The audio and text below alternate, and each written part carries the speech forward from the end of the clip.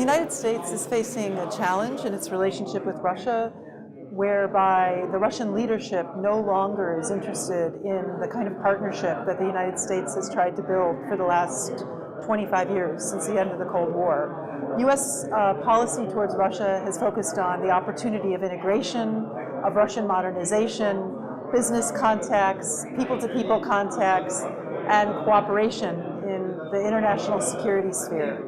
But unfortunately, what we face right now is that the Putin leadership seems to be disinterested in those positive aspects of U.S. policy and has instead turned on a path of isolation, of autonomy and autarky, and is systematically breaking the rules of the international system.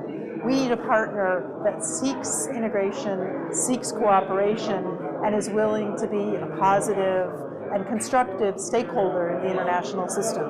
And we're a little surprised that the Russian leadership has made this choice, because Russia has so much to gain.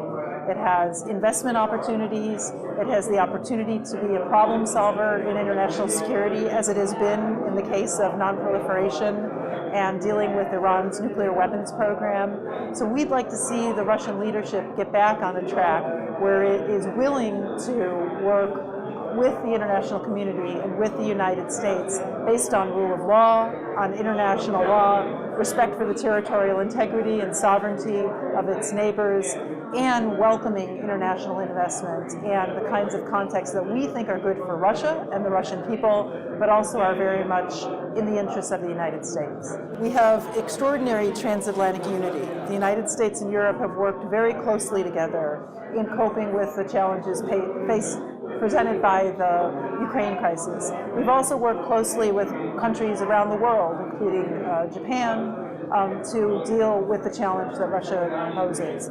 If we're thinking about what we could use more of, we could use more of an awareness on the part of publics in Europe, in Russia itself, as to the challenges that the Russian leadership faces, and opportunities for engagement and for returning to a path of cooperation and integration.